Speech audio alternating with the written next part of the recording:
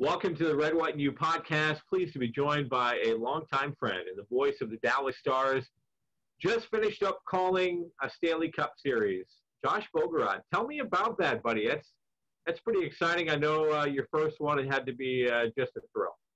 Yeah, it was. I mean, it's a dream come true to be part of a run like that. I mean, you and I have had plenty of talks over the years of a lot of bus rides earlier in my career, and you wonder if one day it'll lead to something like that. It was a pretty special ride, and the way the Stars did it. I mean, the unique surroundings of this playoff run added a completely new and strange and different element to it from what a traditional run would have looked like and probably felt like. But I mean, the games, they were so intense and they were so close and there were so many emotional swings, and it was just this incredible theater. And then the fact that they were in the bubble, it was coming at you at a pace that the Stanley Cup playoffs really had never seen before. I mean, they went 2 months and only one time did they have more than a single day off. It was unbelievable. So it was just like, get that one done and then see what the next one brings. And I just felt lucky to be able to play a very small role in it and get to broadcast games of that caliber and have it play out the way it did. It was pretty special. Well, you're a great play-by-play guy. I knew that the first time I met you, and I knew that greatness was coming your way. I think it's interesting though, and I remember you and I had this conversation. A lot of times, when you take a studio job, like you did, they lump you in that category. Well, you're not a play-by-play guy anymore. You're a studio guy. But guess what? You got a chance to do some preseason games a few years ago. I was listening with you and Stu Barnes doing the call, and I thought, oh man, it's just a matter of time before he's in that chair. And sure enough, that opportunity came, and you ran with it. I mean, do you have to pinch yourself from time to time and say, wait a minute, I'm one of 30-something guys here in the National Hockey League that's calling play-by-play on an almost nightly basis. Yeah, well, first off, thank you so much. That's really nice of you to say. And to answer your question, yes. I mean, honestly, it really is. It's been 2 seasons, and it's not lost on me. I hope it never will be. I imagine it never will be. I've told people on the route to sort of get here for me personally, this was what I always wanted to do. I've got 2 kids now who are in elementary school. They're very young, and I look at them and I know that when I was their age, that this is what I wanted to do. So this was really something that, I chased after for virtually my entire life. So it's never anything that you expect is going to happen. It's kind of something where you candidly expect it's probably not, just because the numbers so favor the other way around. And then when it does happen, I haven't for one day taken it for granted. I mean, when I'm in the arena, we weren't in the bubble. We were doing the games remotely, but literally every single game I've called at the NHL level, I take just a couple moments, either during a commercial break or an intermission or pregame, and just stare around the arena, because I don't ever want that feeling to go away. It was a lot. It was a lot to get here. I mean, it was a lot of miles traveled. You know that better than most. Yeah. Literally and figuratively. And it very much is still a pinch yourself moment, and it's become normal, but normal in the sense of I'm used to it, and things don't really surprise me anymore. And at the same time, the novelty hasn't worn off, and I really do believe that I could be sitting here talking to you 20 years from now, and my answer will be the same, because I never ever wanted it to be taken for granted if I was fortunate enough to have it play out the way it did. And so far it has, and I have it. This is Josh Bogorad, the voice of the Dallas Stars. As you mentioned, for the last couple seasons, just got through calling a Stanley Cup final series. Hey, I got to even ask you, because I heard a lot of Stars fans that in that Calgary series, a lot of the Stars fans even had the team done and buried. Are you shocked a little bit, even yourself, Josh, when you looked at that series and then watched the way the team just got better as the series went on? took down the mighty Avalanche, who a lot of people had penciled in as the Stanley Cup champions for this year. You know, take us through that walk, and did that team even surprise you the way they were playing? Yeah, you know, I don't know if surprised is the word I would use, because this was such a crazy season before the pause, before the pandemic, and then the bubble. It was a season that started with such high expectations because of the offseason acquisitions. And then they started 1-7-1, and it was historically bad. And then they turned it around and they went 14-1-1 immediately after that. And that was historically good in terms of a turnaround. And so you kind of had seen both ends of the extreme with this team. And I think what people forget, because they really did struggle right before the pandemic and the NHL paused, this was a team that, for a very large sample size, several months, 50-plus games, they were the best team in the NHL. Not just in the division, not just in the conference. Statistically speaking, the best team in the NHL. So you knew they had it in them, but you also knew that 1-7-1 was somewhere in there as well. And so when the restart happened and the scoring troubles kind of seemed to carry over from just before the pause into the beginning of the restart, there was a concern that they weren't going to figure it out in time. And you know, I go back to that game 4 against Calgary. They were 12 seconds away from going down 3-1 in this series. And all this magical run that was written after that probably never has a chance to happen if Pavelski doesn't tie the game right then and there, and then they go on to win it in overtime. So I don't think I was surprised as we watched it play out. And then they started to come back against Calgary and upset a heavily favored Avalanche team, and then upset a heavily favored Vegas team in the conference final, and then take game 1 from a heavily favored Tampa Bay Lightning team in the Stanley Cup final. I always knew that team was there. If you followed them, you knew it was there. But it was very much a question of, well, were they going to surface in time? And naturally, yeah, those questions arose when you fall into an early hole in that opening round. And I'm so happy for the team and the players and the coaches and the staff and the fans that they did, because I think they really acquitted themselves well for maybe a nationwide glance that only looked at them as a 1-7-1 team that kind of didn't deserve to be where they were. I think if you followed this team, they proved that they did deserve to be there, but they flirted with a very strong possibility that it wasn't going to come together in time. And thankfully, fortunately for everyone, they did.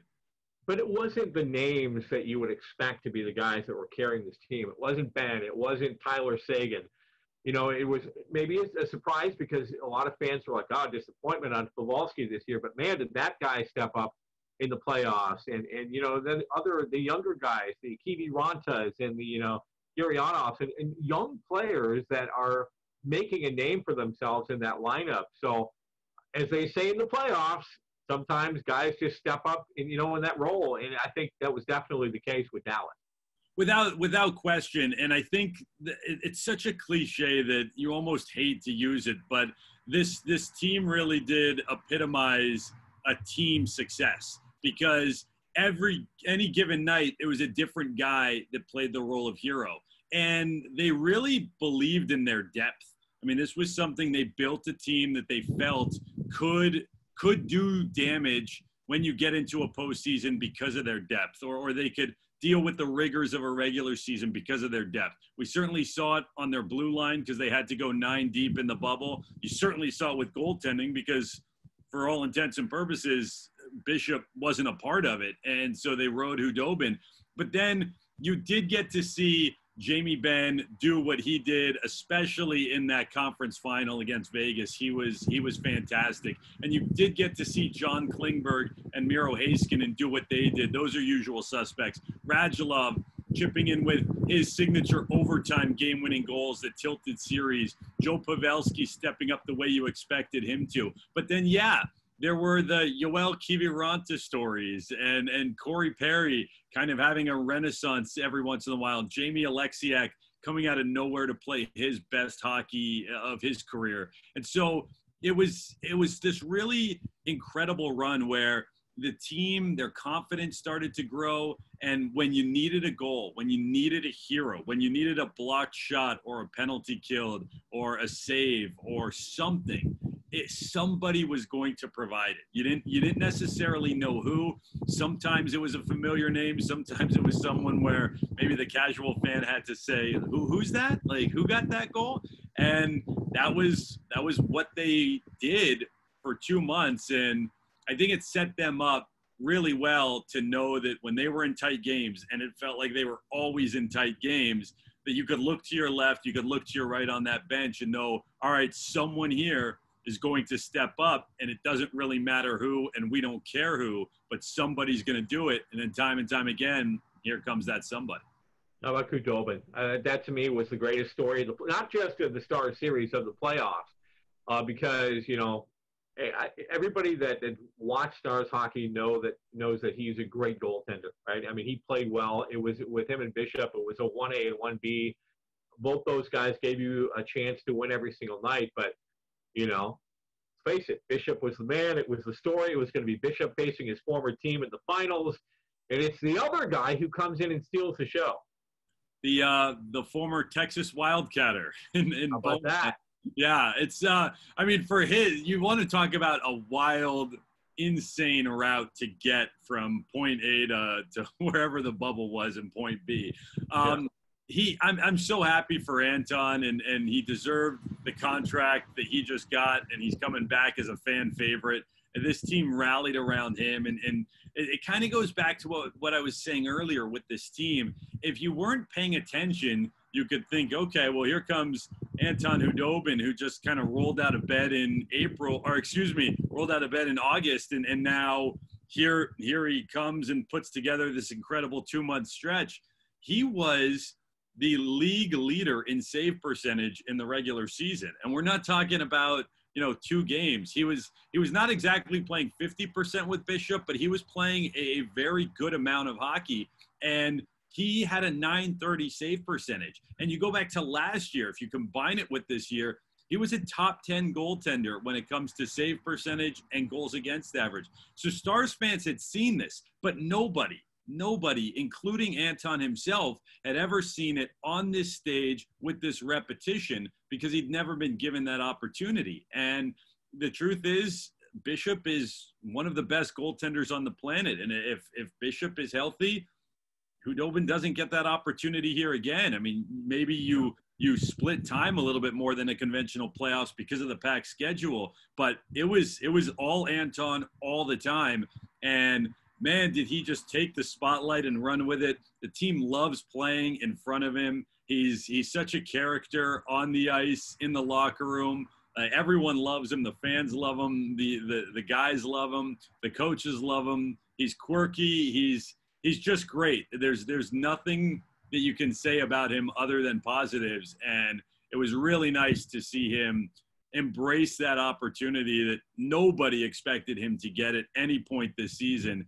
And not only get the opportunity, but flourish. It's such a tremendous story. And I'm glad that it's not in Beaumont. Now it's in Dallas. He gets to stay here, it looks like, longer than any other stop in his NHL career. And it's very well deserved, especially this late in it. Well, we know we're going to be starting in December. If you had to guess, and I heard Bettman on his last press conference, maybe it was on NHL Network that I heard the clip where he said, we're targeting January 1. Is that your gut feeling? Do you think it's going to be 2021? Hey, personally, I think everything should start in 2021. Let's get 2020 off the map. I'm tired of talking about 2020.